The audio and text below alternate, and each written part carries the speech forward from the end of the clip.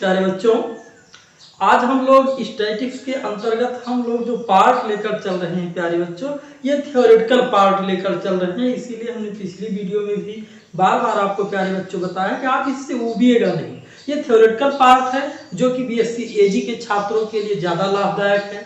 MA समाजशास्त्र से जो करते हैं उनके लिए भी लाभदायक है। जो बच्चे बीएड या बीटीसी कर रहे हैं उनके लिए भी लाभदायक है, क्योंकि वहाँ पे थ्योरी पूछा जाता है। जो हमारे कक्षा और 10 और 12 के छात्र हैं प्यारे बच्चों, इनको न्यूमेरिकल है, तो अभी हमारे अभी 1-2 वीडियो बाद वो टॉपिक आएगा, तो इसलिए अभी थोड़ा सा बेसिक आप भी जाने रहेंगे तो आपके लिए भी फायदेमंद रहेगा। तो आइए प्यारे आज बच्चों, आज का जो हम लोग टॉपिक जानते हैं वो हमारा टॉपिक है आज का क्लासिफिकेशन एंड टेबुलेशन, वर्गीकरण और सारणी।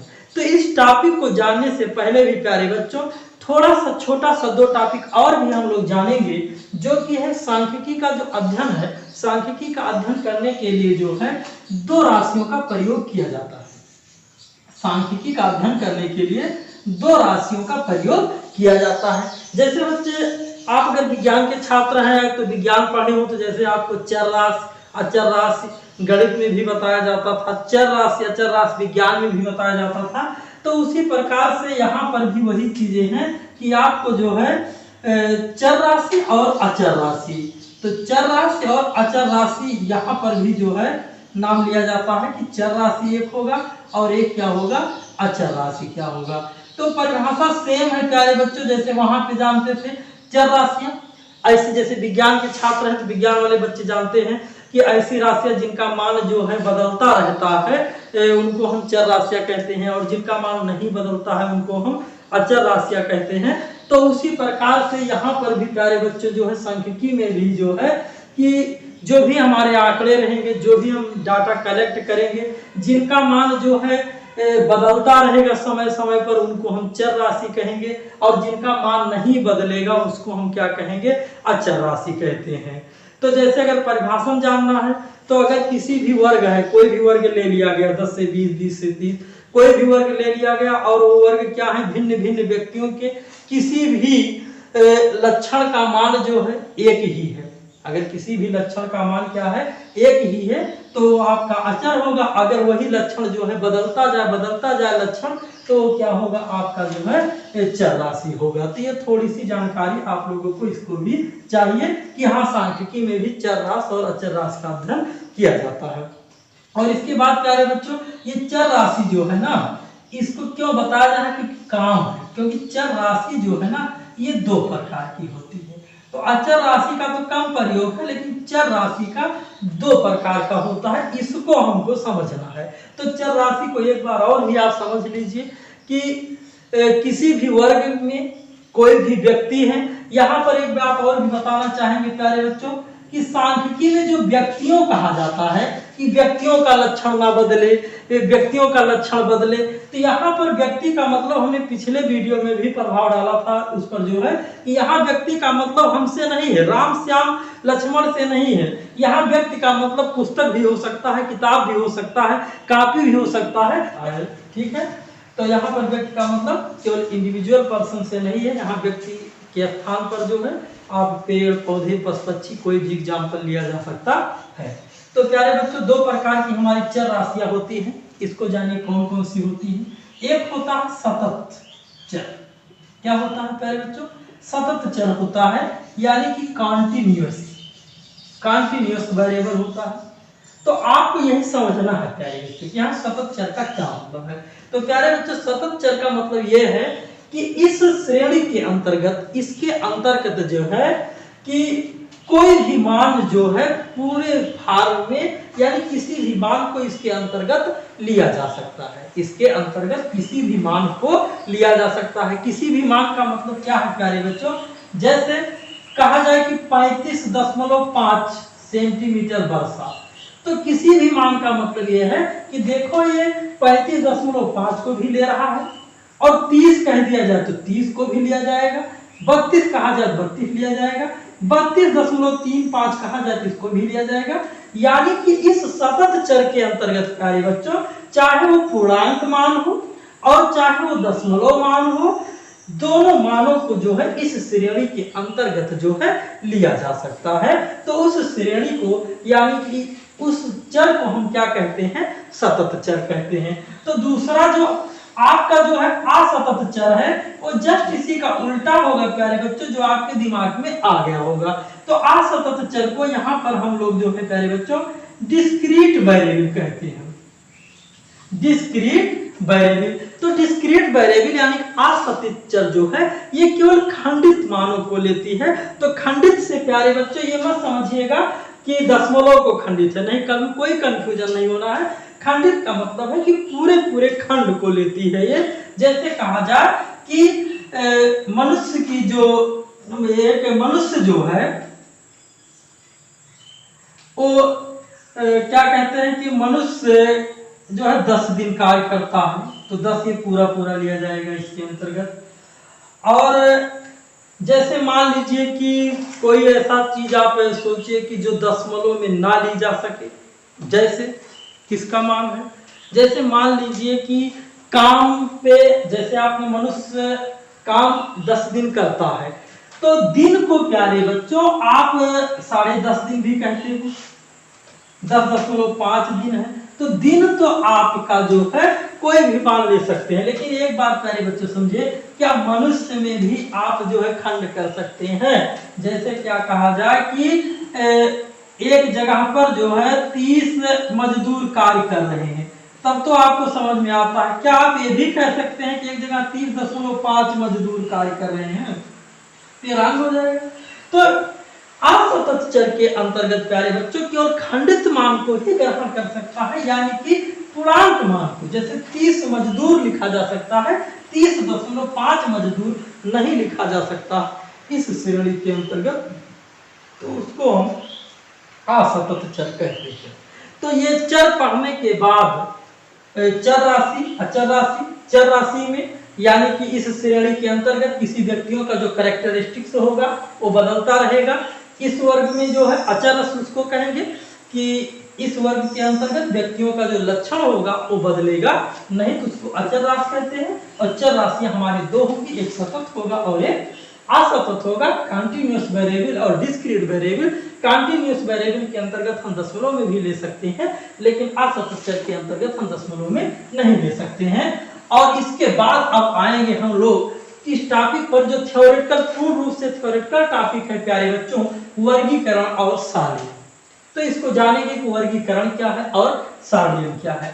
तो जैसे वर्गीकरण, तो वर्गीकरण यानी क्लासिफिकेशन, नाम से यह स्पष्ट लगता है कि वर्ग में बांटना। जैसे डाटा ढेर सारे ऐसे इधर उधर बिखरे हुए हैं, तो उसको इकट्ठा किसी वर्ग में बांट देना ही क्या कहलाता है, प्रक्रिया वर्गीकरण कहलाता है। अच्छा, वर्ग में बांटने का मतलब क्या है प्यारे बच्चों, जैसे आपने बांट दिया, पुरुष को अलग कर दिया, स्त्री को अलग कर दिया, अलग अलग वर्गों में आपने कर दिया, जहां पुरुष और स्त्री एक में ही मिले थे। मान लीजिए कई सब्जेक्ट का टेस्ट होता है, सबके नंबर इधर उधर लिखे, लेकिन आपने उसको अलग अलग करके गणित का अलग लिख दिया, विज्ञान का अलग आपने लिख दिया, तो यानी कि आपने उसको कैटेगराइज कर दिया, उसको क्लासिफिकेशन कर दिया, आपने उसको वर्ग में बांट दिया, तो ये प्रक्रिया वर्गीकरण कहलाती है। अच्छा, ये भी पूछा जा सकता है प्यारे बच्चों कि वर्गीकरण का लाभ क्या है। तो यही लाभ है कि वर्गीकरण से डाटा हमारा छोटा हो जाएगा, जो हमारे मन मस्तिष्क में जो है आसानी से प्रकट हो जाएगा,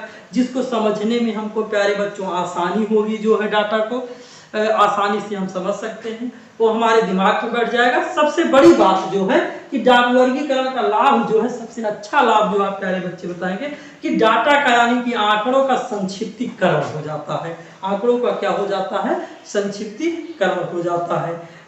और वर्गीकरण के भी प्यारे बच्चों दो भेद हैं, वर्गीकरण के भी दो भेद हैं, इन दोनों भेदों को भी हमको समझना होगा। जैसे एक वर्गीकरण होता है कि गुणों के आधार पर हो जाता है, एक जो है गुणों के आधार पर वर्गीकरण हो जाता है, यानी क्लासिफिकेशन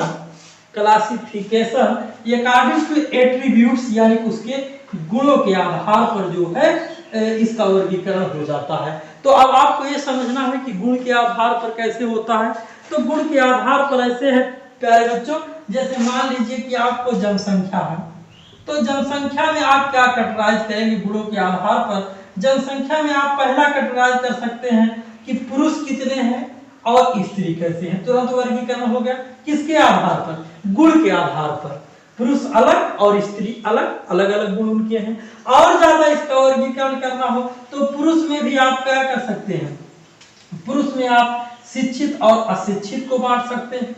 शिक्षित अशिक्षित में आप उम्र के अनुसार जो है वर्गीकरण कर सकते हैं। तो ये गुण के आधार पर जो वर्गीकरण हो रहा है कि कितने पुरुष हैं कितने स्त्री हैं, तो इनके गुण के आधार पर जो बांटा जाता है उसको गुणों के आधार पर वर्गीकरण कहा जाता है, यानी कि क्लासिफिकेशन अकॉर्डिंग टू एट्रीब्यूट्स। और दूसरा क्या होता है प्यारे बच्चों, वर्ग अंतराल के आधार पर। किस पे होता है? वर्ग अंतराल के आधार पर भी वर्गीकरण किया जाता है। ठीक है, यानी classification according to interval, classification according to interval किया जाता है, तो उसको वर्ग अंतराल के अनुसार किया जाता है। तो वर्ग अंतराल कैसे बनेगा?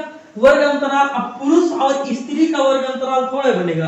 वर्ग अंतराल तब बनेगा प्यारे बच्चों जब बात वहां पर संख्या की आएगी, यानी कि जो आंकड़े प्यारे बच्चों संख्यात्मक रूप में दिए गए रहेंगे, जो भी आंकड़े हमको संख्यात्मक रूप में दिए गए रहेंगे उसको हम वर्गीकरण कर सकते हैं। जैसे मान लीजिए कि एक जगह पे पुरुष की बात हो रही है, तो पुरुष तो आपका गुण के आधार पर बांटा गया है, लेकिन ये पता चलता है कि जो पुरुष हैं वो 20 वर्ष से 60 वर्ष तक के पुरुष हैं। तो देखिए डाटा तुरंत न्यूमेरिकल में हो गया कि नहीं प्यारे बच्चों?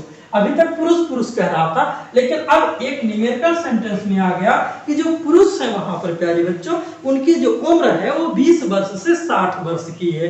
तो जब 20 वर्ष से 60 वर्ष का है, ये पता चल गया कि एक जगह पर 20 वर्ष से 60 वर्ष तक के लोग जो है ढेर सारे इकट्ठे हैं। तो इनका वर्गीकरण कैसे करेंगे आप? तो इनका वर्गीकरण सुविधा के अनुसार, वर्गीकरण पहले ही बताया गया आपको कि वर्गीकरण का मेन उद्देश्य है आंकड़ों का संक्षिप्तीकरण करना, जो कि इतना सरल हो जाए जो हमारे मन मस्तिष्क में बैठ सके, हमको उसको समझने में आसानी हो, देखने में समझे आसानी हो। तो देखने क्या करेंगे, 20 से 30 बांट दी। 20 से 30 का मतलब कि एक वर्ग ऐसे डिवाइड कर दिए कि 20 से 30 साल के कई लोग हैं, 30 से 40 साल के कई लोग हैं, 40 से 50 साल के कई लोग हैं और 50 से 60 साल के। तो इससे जो है जब कोई देखेगा कि 20 से 30 के 5 लोग हैं, 30 से 40 के 7 लोग हैं, 40 से 50 के 6 लोग हैं, 50 से 60 के 5 लोग हैं, तो उनको बताने में तुरंत आसानी होगी। अब जो इस क्लासिफिकेशन को देखेगा, एक जगह लिखा गया 20 वर्ष से 60 वर्ष के, 7 5 12 6 18 5 23, ऐसे एक जगह बता दिया गया कि 20 साल से 60 साल के 23 लोग एक जगह पर इकट्ठे हैं। तो ये उतना आसान नहीं है कि क्या पता नहीं कि सभी 60 साल के हो, एक आधा व्यक्ति 20 वर्ष का हो, 21 वर्ष का हो, लेकिन इस प्रकार से पूरा स्पष्ट हो जाता है कि हाँ 20 से 30 साल के 5 लोग हैं और 30 से 40 साल के 7 लोग हैं और 40 से 50 साल के 6 लोग हैं और 50 से 60 साल के 5 लोग हैं। तो इससे हमारे दिमाग में स्पष्ट रूप से आ जाता है। तो थोड़ा सा और जानिए, पहली बार इस प्रकार से हमने लिखा है और हम बोल रहे हैं कि 20 से 30, और आपको लग रहा है कि तो माइनस लिखे, तो नहीं बच्चे माइनस नहीं है, इसको पढ़ा ही जाएगा 20 से 30। क्या पढ़ा जाएगा? 20 से 30। और ये आपका कंटीन्यूअस है। क्या देख रहे हैं? 20 से 30, 30 से 40, 40 से 50, 50 से 60। तो देख रहे हैं कि इसमें कहीं पर गैप नहीं है। इसको कौन सा वर्ग अंतराल कहते हैं इसको भी हम बताएंगे, लेकिन अभी इतना जानिए कि इसको वर्ग अंतराल कहते हैं। 20 से 30 पढ़ा जाता है, और जैसे 20 है 30 है तो 20 को जो है हम निम्न सीमा कहते हैं। क्या कहते हैं प्यारे बच्चों? 20 को हम निम्न सीमा कहते हैं, यानी कि लोअर लिमिट कहते हैं, और 30 को हम उच्च सीमा कहते हैं, यानी कि अपर लिमिट कहते हैं। क्या कहते हैं? Upper limit. तो ये आपका लोअर लिमिट हो गया, ये आपका अपर लिमिट हो गया, और इसको पढ़ा क्या जाएगा प्यारे बच्चों? 20 से 30 पढ़ा जाएगा। खैर आपको बारंबार टॉपिक भी पढ़ाया जाएगा, लेकिन यहाँ पर बात आ गई है तो यहाँ भी समझ सकते हैं। इसको पढ़ा जाता है 20 से 30 साल के व्यक्तियों की संख्या 5 है, और इसी संख्या को ही जो ऑब्जर्वेशन, जो प्रेक्षण हुआ, जो आपने डाटा से पाया कि 5 ही लोग हैं जो 20 से और 30 से अंदर में है, 20 साल से ज्यादा के हैं और 30 के अंदर के हैं, ऐसे कितने लोग हैं? 5 हैं। तो इसी संख्या को बारंबारता कहा जाता है। खैर बारंबारता का एक स्पेशल टॉपिक आएगा, वहां पुनः आपको बताया जाएगा। तो यहाँ वर्ग अंतराल के बारे में आप जान लीजिए कि ये इसको निम्न सीमा यानी कि लोअर लिमिट कहते हैं और इसको उच्च सीमा यानी कि अपर लिमिट कहते हैं।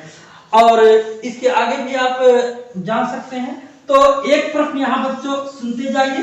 तैयार ये होता है कि वर्गीकरण से आप क्या समझते हैं? जो भी अपने समाजशास्त्र या बीएड या बीएससी के छात्र हैं वो जान ले, उनके एग्जाम में प्रश्न कैसे पूछा जाता है कि वर्गीकरण से आप क्या समझते हैं, इसकी परिभाषा दीजिए और वर्गीकरण से लाभ क्या है और वर्गीकरण के प्रकार बताइए। तो इस टॉपिक में यही हमने कवर किया कि वर्गीकरण की परिभाषा क्या है और इससे लाभ क्या है वर्गीकरण करने से और इसके प्रकार क्या है। तो इतना करके प्यारे बच्चे जो है आपसे एक लॉन्ग आंसर क्वेश्चन पूछ लिया जाता है और कई बार ये बीएससी एजी के छात्रों में और बीएड में और जो है बीटीसी में ये पूछा गया है कि वर्गीकरण से आप क्या समझते हैं, इसका लाभ क्या है और इसका प्रकार है। तो आप बड़े आसानी से इसकी परिभाषा लिख सकते हैं। इसका लाभ कि इसको कम से कम डाटा समराइज हो जाता है, संक्षिप्तीकरण हो जाता है, देखने में आसान हो जाता है, समझने में आसान हो जाता है, मन मस्तिष्क में तुरंत बैठ जाता है। और प्रकार जब आएगा तो आप प्रकार लिख सकते हैं कि वर्गीकरण के आपके 2 आधार पर इसको बांटा गया है और एक आधार क्या है, गुणों के आधार पर और एक वर्ग अंतराल। इतना लिखने के बाद आपको एक complete long answer question complete होगा और आपको पूरा नंबर मिलेगा। तो नेक्स्ट टॉपिक में हम लोग देखेंगे सारणीय। आज बस आप वर्गीकरण एक लॉन्ग आंसर क्वेश्चन केवल इसमें देखिए, क्योंकि प्यारे बच्चे थ्योरेटिकल क्लास है और इसमें उबन ज्यादा होती है, इसलिए सारणीय नेक्स्ट वीडियो में। धन्यवाद।